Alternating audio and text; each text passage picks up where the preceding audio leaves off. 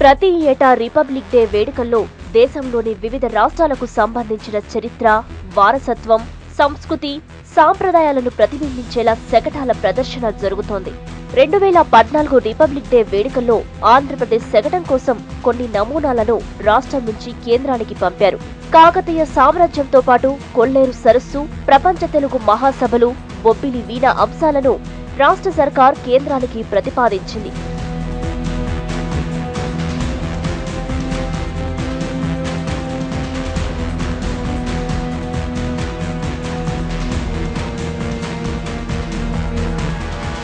అయితే కేంద్ర ప్రభుత్వం మిగతా వాటిని పక్కన పెట్టి కాకతీయ సామ్రాజ్యపు శకటానికి గ్రీన్ సిగ్నల్ ఇచ్చింది. దీనికి సంబంధించి రక్షణ శాఖలోని శకటాల ఎంపిక కమిటీ 6 నెలల క్రితమే ఆమోదముద్ర కూడా వేసింది. గత 3 నెలలుగా 4 సార్లు ఢిల్లీకి దీనికి సంబంధించిన సమావేశాలు జరిగాయి. రాష్ట్రానికి చెందిన ప్రముఖ నాట్యాచారుడు కళాకృష్ణ, ప్రముఖ స్థపతి శివనాగిరెడ్డిల నేతృత్వంలోని ప్రత్యేక నిపుణుల కమిటీ కూడా ఢిల్లీ వెళ్లి శకటానికి సంబంధించిన లాంఛనాలన్నీ పూర్తి చేసి వచ్చారు. అంతా అయిపోయింది. శకటం తయారీ కూడా చివరికొచ్చింది.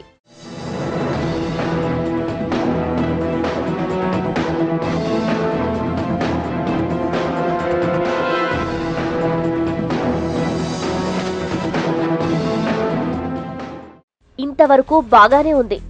సరిగ్గా ఈ సమయంలోనే ముఖ్యమంత్రి కిరణ్ కుమార్ రెడ్డి, రక్షణ శాఖ సహాయ మంత్రి పల్లంరాజు, కేంద్ర టూరిజం శాఖ మంత్రి చిరంజీవి, సీమాంధ్ర ఎంపీలు, ప్రజా ప్రతినిధులంతా కలిసి కాకతీయ శకటం ఢిల్లీలో ప్రదర్శించకుండా దుర్మార్గానికి ఒడిగట్టారు.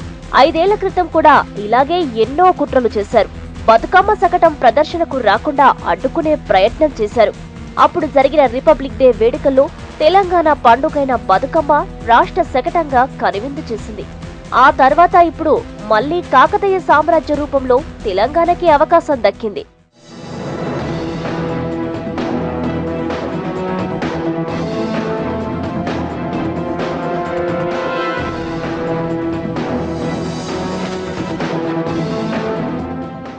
దీన్ని జీర్ణించుకోలేక ముఖ్యమంత్రి, ఇతర నాయకులు కేంద్రం దగ్గర లాబింగ్ చేసి చివరి క్షణాల్లో కాకతీయ సామ్రాజ్యపు శకటాన్ని వేడుకల్లోకి రాకుండా అడ్డుకున్నారు.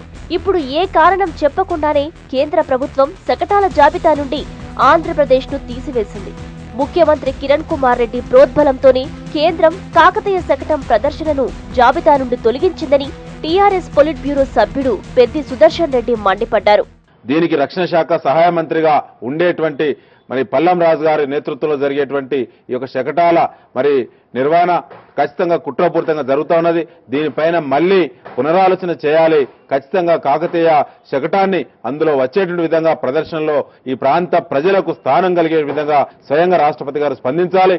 వెంటనే తగు ఆదేశాలు ఇచ్చి కాకతీయ శకటాన్ని ఖచ్చితంగా జనవరి 26 వేడుకల్లో ప్రదర్శించాలని చెప్పి మేము డిమాండ్ చేస్తా ఉన్నాం.